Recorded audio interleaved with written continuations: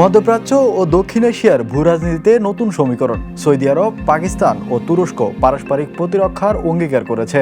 মক্কায় স্বাক্ষরিত নতুন এই চুক্তি তিনটি গুরুত্বপূর্ণ মুসলিম দেশের নিরাপত্তা ও সহযোগিতাকে আরও ঘনিষ্ঠ করার ইঙ্গিত দিচ্ছে। তিন দেশেই দীর্ঘদিন ধরে যুক্তরাষ্ট্রের গুরুত্বপূর্ণ অংশীদার হলেও আঞ্চলিক নিরাপত্তা পরিস্থিতির দ্রুত পরিবর্তনের মধ্যেই এই নতুন প্রতিরক্ষা সমঝোতা সামনে এলো।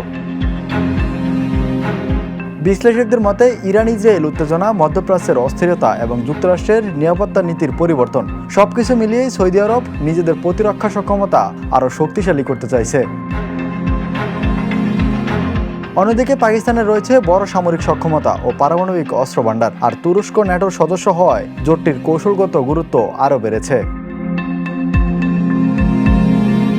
তবে সবচেয়ে বড় প্রশ্ন, এটি কি শুধুই প্রতিরক্ষা সহযোগিতা নাকি মধ্যপ্রাচ্য ও দক্ষিণ এশিয়ায় নতুন শক্তির ভারসাম্য তৈরির শুরু? চুক্তির বাস্তব প্রয়োগ এবং ভবিষ্যৎ সামরিক সহযোগিতাই এখন বলে দেবে এই নতুন সমীকরণ কতটা গুরুত্বপূর্ণ হয়ে উঠবে। Imran Hossain, the news.